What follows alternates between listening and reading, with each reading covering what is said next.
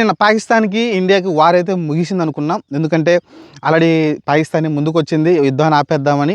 అలానే ఇండియా కూడా దానికి ఒప్పుకుంది. దాని మధ్యవర్తిత్వం ఏదైతే చేసిందో అమెరికా అంటున్నారు. మరి అది ఎంతవరకు కరెక్ట్ అనేది తెలియదు మనకి. కానీ అమెరికానే చేసిందని చాలామంది చెప్పుకుంటున్నారు. సరే, ఫైనల్గా అయితే ఎవరో ఒకరు చెప్తే కదా, ఇప్పుడు పాకిస్తాన్ ద్వారా ఎవరో ఒకరు చెప్తే మనకు తెలుస్తుంది. అది అమెరికా అనుకుందాం.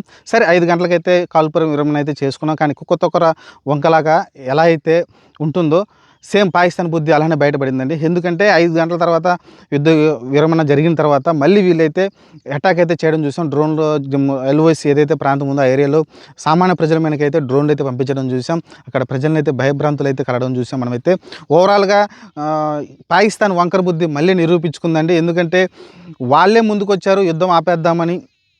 మరి అలాంటప్పుడు వాళ్ళే మళ్ళీ ఏదైతే మనం మాట్లాడుకున్నాం యుద్ధ విరమణ గురించి వాళ్ళే ఉల్లంఘించారు. కాబట్టి ఇంకా ఇండియా అనాలిసిస్ తగ్గకూడదండి. ఎందుకంటే ఇండియా ఒక ఛాన్స్ ఇచ్చింది. ఎందుకంటే యుద్ధం వల్ల ఎవరికి ఉపయోగం ఉండదు, ఖచ్చితంగా నష్టమే ఎక్కువ జరుగుతుంది. కాబట్టి నాకు నరేంద్ర మోడీ గారు దీని గురించి ఆలోచించారనుకున్నాను. ఎందుకంటే నేను యుద్ధం విరమణ జరిగిన తర్వాత వీడియో పెడదాం అనుకున్నాను.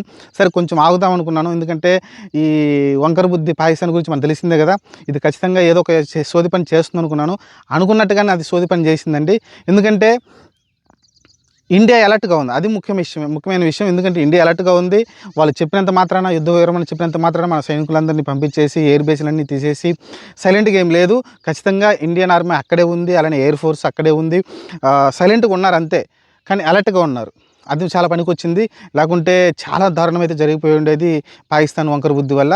ఎందుకంటే ఇది యాక్చువల్గా చెప్పాను కదా, మనం ముందే మాట్లాడుకున్నాం. పాకిస్తాన్లో ఉన్న ఏదైతే గవర్నమెంట్కి అలాగే ఆర్మీకి పొంతనే ఉండదండి. ఆర్మీ ఒక నిర్ణయం తీసుకుంటుంది, గవర్నమెంట్ ఒక నిర్ణయం తీసుకుంటుంది. నేను తీసుకుంది గవర్నమెంట్ నిర్ణయం. అలానే ఆర్మీ చీఫ్ కూడా తీసుకున్నాడు. ఆర్మీ చీఫ్లో కూడా కొంతమంది నలిసి ఎవరైతే ఆ చీఫ్ ఉన్నారో అతను నచ్చిన వాళ్ళు కొంతమంది ఉన్నారు అనుకుంటున్నాను. అందుకని వాళ్ళు స్వయంగా వాళ్ళైతే ఇండియా మీద అయితే అటాక్ చేయడం చూసాం. LOC పైన అయితే ఇది ఖచ్చితంగా తీవ్రంగా పరిగణించాల్సిన విషయం. ఖచ్చితంగా దీనిపైన అయితే భారత్ అయితే మళ్ళీ ఇంకొక ఛాన్స్ ఇచ్చింది. యాక్చువల్గా నేను పాక్ POK ఆక్రమించుకుంటారు ఈ సిచ్యువేషన్లో అనుకున్నాను నేను. కానీ అది సాధ్యం కాదేమో. ఎందుకంటే ఆల్రెడీ యుద్ధ విరమణ జరిగిపోయింది కాబట్టి ఛాన్స్ మిస్ అయింది అనుకున్నాను.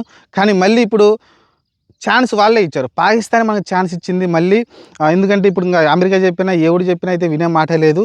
ఖచ్చితంగా POKని అయితే ఆక్రమించి మనం అయితే తీరాల్సి ఉంటుంది. చూద్దాం మరి మోడీ గారు ఎలాంటి నిర్ణయం తీసుకుంటారో. కానీ ఏదైతే ఒప్పందం చేసుకున్నారో కాల్పుల విరమణ, దాన్ని ఉల్లంఘించిన కారణంగా మనమైతే మళ్ళీ ఇంకా తీవ్రంగా అయితే అటాక్ జరగబోతున్నది అయితే క్లియర్గా అర్థమవుతుంది. చూద్దాం మరి పరిణామాలు అయితే చాలా చక్కచక్క జరిగిపోతూ ఉన్నాయండి. యాక్చువల్గా నిన్న యుద్ధం తగ్గిపోయిందంటే కలిసి ప్రపంచం మొత్తం కూడా శాంతించుంటుంది, లేకుంటే ఇండియా మొత్తం కూడా శాంతించుంటుంది.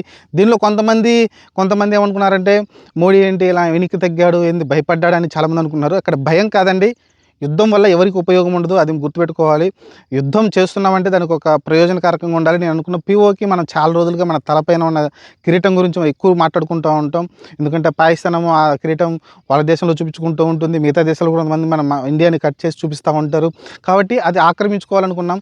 కానీ అది పాకిస్తానే ముందుకు వచ్చింది కాబట్టి, ఎందుకంటే వాళ్ళు అంటే ఓటమిని అంగీకరించినట్టు పాకిస్తానే ముందుకు వచ్చిందంటే దాని ఉద్దేశం ఏంటంటే ఓటమిని పాకిస్తాన్ అంగీకరించి తగ్గి మన ముందుకు వచ్చినట్టు. ఆ రకంగా చూసుకుంటే మనం ముందెళ్ళేమి అడగలేదు, మనం యుద్ధం ఆపేస్తామని వాళ్ళే అడిగారు. కాబట్టి అంటే యుద్ధం వాళ్ళు ఓడిపోయినట్టు ఒప్పుకున్నారు. కాబట్టి ఇంకా మోడీ గారు కూడా తన యొక్క ఎందుకంటే ఖచ్చితంగా ఎవరైనా ఒప్పుకోవాల్సింది, ఎందుకంటే వాళ్ళే ముందుకు వచ్చారు కదా యుద్ధం ఆపేస్తామని.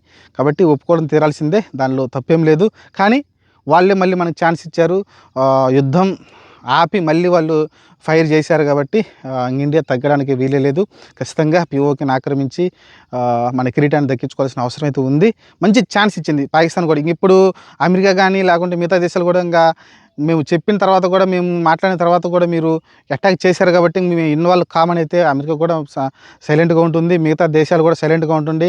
చైనాకు కూడా ఇప్పుడు అర్థమై ఉంటుంది పాకిస్తాన్ వంకర బుద్ధి. చైనాకు కూడా అర్థమై ఉంటుంది. అందుకని వాళ్ళు కూడా ఇన్వాల్వ్ కారు. చూద్దాం మరి ఏం జరగబోద్దో, మోడీ గారు ఎలాంటి నిర్ణయాలు తీసుకుంటారో, మన సైన్యం ఎలాంటి నిర్ణయాలు తీసుకొని ముందుకెళ్తుందో. మళ్ళీ ఇంకొకసారి వంకర బుద్ధిని బయట పెట్టుకుంది పాకిస్తాన్.